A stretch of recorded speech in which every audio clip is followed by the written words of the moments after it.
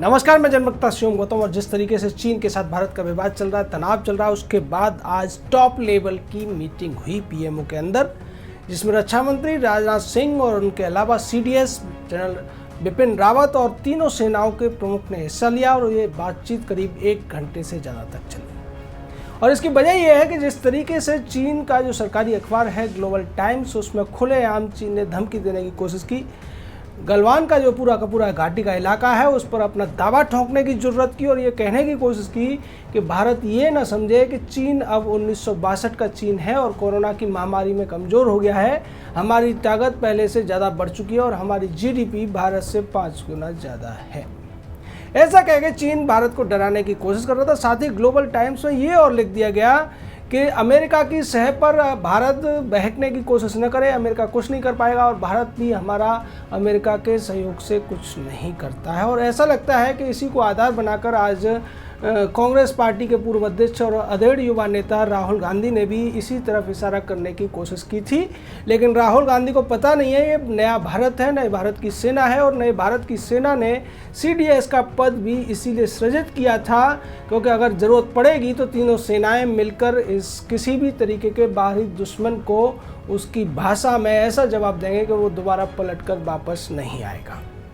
आज जो मीटिंग हुई उसमें 2 अहम फैसले लिए गए। पहला ये था कि जो सड़क निर्माण का काम चल रहा है एलएसी के ऊपर वो रुकेगा नहीं और वो जारी रहेगा। चीन की चेतावनी दे चीन या कोई भी गलत हरकत करेगा, लेकिन हम अपना जो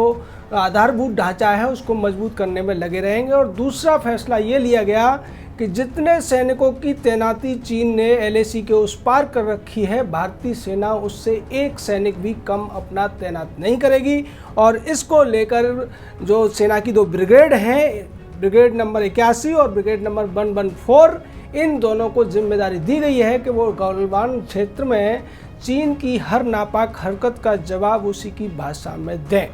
उससे पहले आज एक और बड़ी खबर आई कि जिस तरीके से चीन की सेना के कुछ सैनिकों ने भारतीय जो आईटीबीपी के सैनिक वहाँ गश्त कर रहे थे उनके ऊपर पत्थर फेंकने की कोशिश की और कांटेदार डंडे भी फेंके, जिसके जवाब भारतीय सेना की तरफ से, भारत की तरफ से उन्हीं की भाषा में दिया गया, जिसके बाद चीनी भाग गए।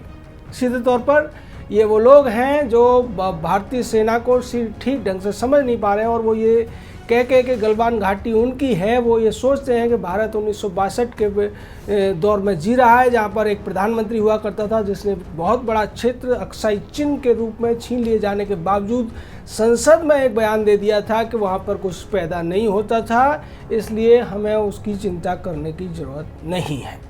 लेकिन आज ये 130 करोड़ लोगों का भारत है और इस भारत में मजबूत सेना है, मजबूत सेना के कमांडर्स हैं और उसके साथ साथ एक मजबूत सरकार भी है। इस बात को चीन को नहीं भूलना चाहिए। यही वजह है कि चीन की तरफ से कहा जा रहा था, यहाँ पर भारत में कुछ चीन को समर्थन करने वाले एनडीटीवी टाइप के या राहुल गांधी टाइप के लोग ये कह रहे थे कि चीन की सेना ने 5000 से ज़्यादा सैनिकों की तैनाती कर दी है लद्दाख के एरिया में।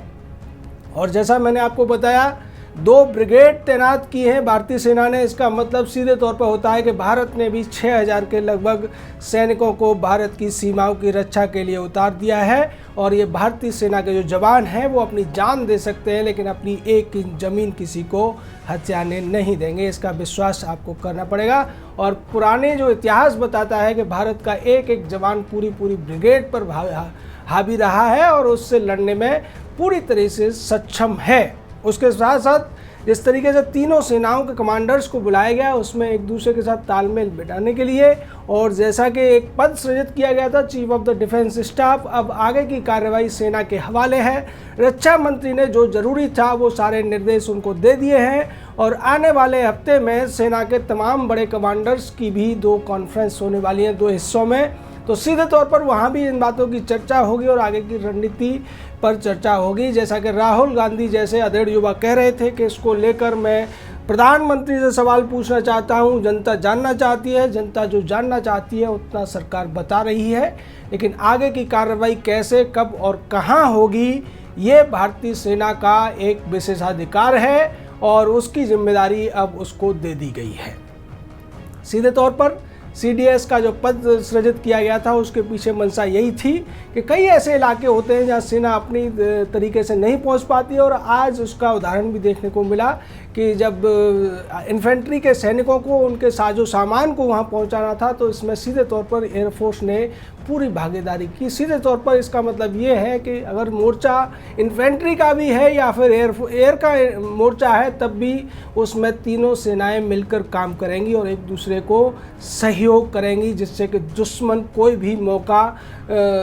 मौके का फ़ायदा ना उठा सके और किसी भी हालत में अपने नापाक जो इरादे हैं उनमें कामयाब न हो सके। ग्लोबल टाइम्स सरकारी अखबार है चीन का, और उसमें जो कहा जाता है उसको एक तरीके से चीनी सरकार की ही राय माना जाता है, और यही वजह है कि अब तक 6 दौर की बातचीत जो स्थानीय अफसर हैं उनके बीच चीन के अफसरों के साथ हुई, लेकिन वो भी बेनतीजा रही, क्योंकि चीन अपनी गलत हरकतों को भारत के सर मढ़ना चाहता है और ये कहने की कोशिश कर रहा है कि भारत ने इस इलाके में अतिक्रमण कर लिया है। गलवान घाटी पूरी की पूरी चीन के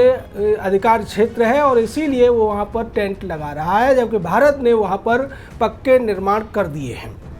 जबकि हकीकत ये है कि जो ITBP की पोस्ट बनी हुई है वो बहुत सालों से बनी हुई है और ITBP वहाँ गश्त करती है, और पूरा का पूरा जो इलाका है गलवान घाटी का, पेंगोंग झील के आसपास का, ये सारा इलाका भारत का है और LAC के अंदर है। उसके बावजूद चीन, जैसा कि हम पहले भी बता चुके हैं, वहाँ जिस तरीके से यूरेनियम और सोने के भंडार होने की पूरी पक्की खबर है, उसके अलावा जो रेयर अर्थ जैसी तमाम ऐसी धातुएँ हैं जिनकी चाइना को बहुत ज़्यादा ज़रूरत है, और जिस तरीके से अमेरिका ने चाइना के खिलाफ खुला मोर्चा खोल रखा है। एक ट्रेड वार पहले चल रहा था जो बाद में शांत हो गया था, उसके बाद अमेरिका ने बहुत बड़ा बार उसके खिलाफ घोषित कर दिया। उसकी तमाम जो कंपनियां थीं उनको अमेरिका में ब्लैक लिस्ट कर दिया गया और 800 से ज़्यादा कंपनियों के ऊपर अब अमेरिकी शेयर बाजार से डीलिस्ट होने का खतरा मंडरा रहा है, जिससे चीन पूरी तरह से खिसिया चुका है। और इस खिसियाट को वो एक तरीके से बदला लेना चाहता है भारत के साथ में। उसे ये लगता है कि ये कूटनीतिक रूप से भारत की सह पर अमेरिका कर रहा है, और अमेरिका और भारत की जो जुगलबंदी चल रही है,